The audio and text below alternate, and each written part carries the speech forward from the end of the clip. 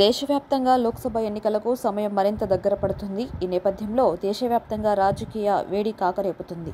అయితే ఇప్పటికే పలు అభివృద్ధి కార్యక్రమాలకు ప్రధాని మోదీ శంకుస్థాపన చేస్తుండగా మరికొన్ని ప్రాజెక్టులను జాతికి అంకితం చేస్తున్నారు. ఈ మేరకు దేశంలో మళ్లీ రాబోయేది ఎన్డీఏ కూటమి అని బీజేపీ నాయకులు ఎక్కడికి వెళ్లినా చాలా బలంగా చెప్పుకొస్తున్నారు. అయితే ఈసారి ఎట్టి పరిస్థితుల్లో కూడా ఎన్డీఏ కూటమికి, బీజేపీ నాయకత్వానికి కేంద్రంలో అధికారం దక్కదని కాంగ్రెస్ అగ్రనాయకత్వం ఇండియా కూటమి ద్వారా బీజేపీని ఓడిస్తామని సవాల్ చేస్తుంది. అయితే ఇప్పటికే పలు ప్రాంతీయ పార్టీలు ఇండియా కూటమిలోకి చేరగా మరికొన్ని పార్టీలు ఆ కూటమి నుంచి బయటకు వచ్చి తాము ఈ పార్లమెంటు ఎన్నికల్లో ఒంటరిగా పోటీ చేస్తామని ప్రకటిస్తున్నారు. ఇప్పటికే ఇండియా కూటమి నుంచి కీలక నేతలు అరవింద్ కేజ్రీవాల్, మమతా బెనర్జీ, పంజాబ్ సీఎం నితీష్ కుమార్ల బయటకు వచ్చిన సంగతి తెలిసిందే.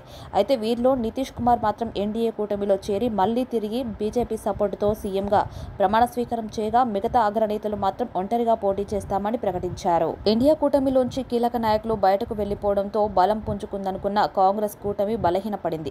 అయినప్పటికీ కూటమి నుంచి వెళ్లిన నేతలతో చర్చించి వారి డిమాండ్ల మేరకు సర్దుబాటు చేసుకోకుండా కాంగ్రెస్ అధినాయకత్వం బల ప్రదర్శన చేసే ప్రయత్నం చేస్తుంది. కూటమితో పొత్తులో భాగంగా కాంగ్రెస్కు ఆయా రాష్ట్రాల్లో పెద్దగా బలం లేకపోయినప్పటికీ ఆ రాష్ట్రంలో ఎక్కువ సీట్ల నుంచి కాంగ్రెస్ పోటీ చేసేలా ప్రతిపాదించారు. అయితే సంస్థాగతంగా ఆయా రాష్ట్రంలో బలంగా ఉన్న ఆ ప్రాంతీయ పార్టీలు దీనికి ఒప్పుకోలేదు. కాంగ్రెస్ చేసిన ప్రతిపాదనను ఆ పార్టీల అధినేతలు, నాయకులు తప్పుబట్టారు.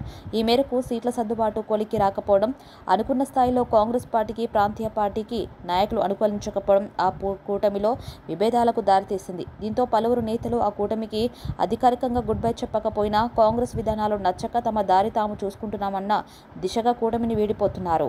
దేశవ్యాప్తంగా ఈ ప్రత్యేక రాజకీయ పరిస్థితుల్లో ఎన్డీఏ కూటమికి గెలుపు అవకాశాలు ఎక్కువగా కనబడుతున్నాయి. అయితే ఎన్నికల దగ్గర పడుతున్న నేపథ్యంలో అనేక సర్వేలు ఏ పార్టీకి గెలుపు అవకాశాలు ఎక్కువగా ఉన్నాయని పైన సర్వే రిపోర్టులు, ఎగ్జిట్ పోల్స్ విడుదల చేస్తున్నాయి. అయితే ఈ వారంలో సార్వత్రిక ఎన్నికలకు షెడ్యూల్ విడుదలయ్యే అవకాశం ఉంది. ఇప్పటికే అన్ని రాజకీయ పార్టీలు తమ ప్రచారాన్ని వేగవంతం చేశాయి. అన్ని ప్రధాన పార్టీలు గెలుపు తమదంటే తమదనే ధీమా వ్యక్తం చేస్తున్న నేపథ్యంలో ఒపీనియన్ పోల్స్ సందడి చేస్తున్నాయి. తాజాగా India TV CNX opinion polls ఫలితాలను విడుదల చేసింది. ఈ ఒపీనియన్స్ పోల్ ప్రస్తుతం రాజకీయ వర్గాల్లో సంచలనంగా మారింది. ఈ సర్వే ద్వారా వెలువడిన ఫలితాలతో ప్రతిపక్ష పార్టీలు, కూటమి సైతం నెరవేరపోయేలా ఉంది. India TV CNX opinion polls అంచనా ప్రకారం నరేంద్ర మోదీ వరుసగా మూడవసారి ప్రధానమంత్రిగా ప్రమాణ స్వీకారం చేస్తారని పేర్కొంది.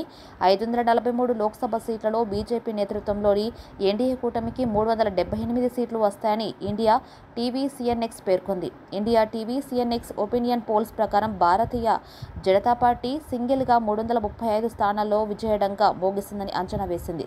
2019లో బీజేపీ సింగిల్గా 303 స్థానాల్లో గెలుపొంది అధికారంలోకి వచ్చింది. మొత్తం 543 లోక్సభ నియోజకవర్గాల్లో ఇండియా టీవీ సిఎన్ఎక్స్ అభిప్రాయ సేకరణ చేపట్టింది.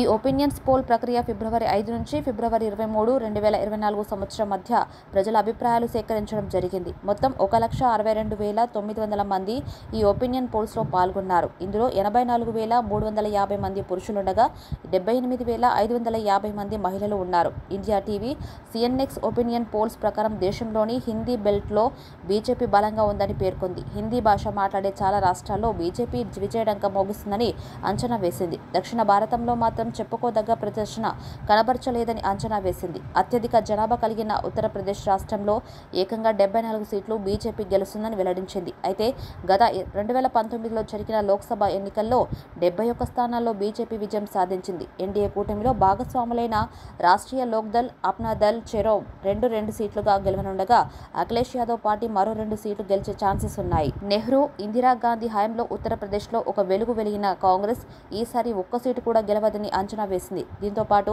మాయావతి బహుజన్ సమాజ్ వాదీ పార్టీ కూడా ఎలాంటి ప్రభావం చూపదని వెల్లడించింది. ఇక దక్షిణాది రాష్ట్రాల్లో సిపిఎం పాలిత కేరళ రాష్ట్రంలో బీజేపీ 3 లోక్సభ సీట్లు, తమిళనాడులో 4, తెలంగాణలో 5 సీట్లు గెలుస్తుందని India TV CNX opinion polls ద్వారా వెల్లడించింది. కాగా ఏపీలో టీడీపీ, జనసేన పార్టీలతో బీజేపీ పొత్తు ఖరారు అయిన నేపథ్యంలో ఈ గెలుపు సంఖ్య మరింత పెరిగే అవకాశం ఉందని రాజకీయ విశ్లేషకులు అంచనా వేస్తున్నారు. కాగా ఆంధ్రాలో త్వరలో జరగబోయే అసెంబ్లీ, సార్వత్రిక ఎన్నికల్లో బీజేపీ కూటమి ప్రత్యేక పరిస్థితుల్లో ఎన్నికలకు వెళ్తుండగా ఈ నేపథ్యంలో టీడీపీ, బీజేపీ, జనసేన కూటమి తీవ్ర ప్రభావం చూపబోతున్నాయని రాజకీయ వర్గాల్లో జోరుగా చర్చ సాగుతుంది. మరి ఈ మేరకు దేశవ్యాప్తంగా బీజేపీ అలాగే బీజేపీ కూటమి అయిన ఎన్డీఏ కూటమి ఎన్ని స్థానాల్లో గెలుపు కైవసం చేసుకుంటుందో తెలియాల్సి ఉంది. ఈ మేరకు ఇండియా కూటమికి గెలుపు అవకాశాలు ఏ మేరకు ఉన్నాయనేది పూర్తి ఒక అంచనాకు రాలేకపోతున్నారు.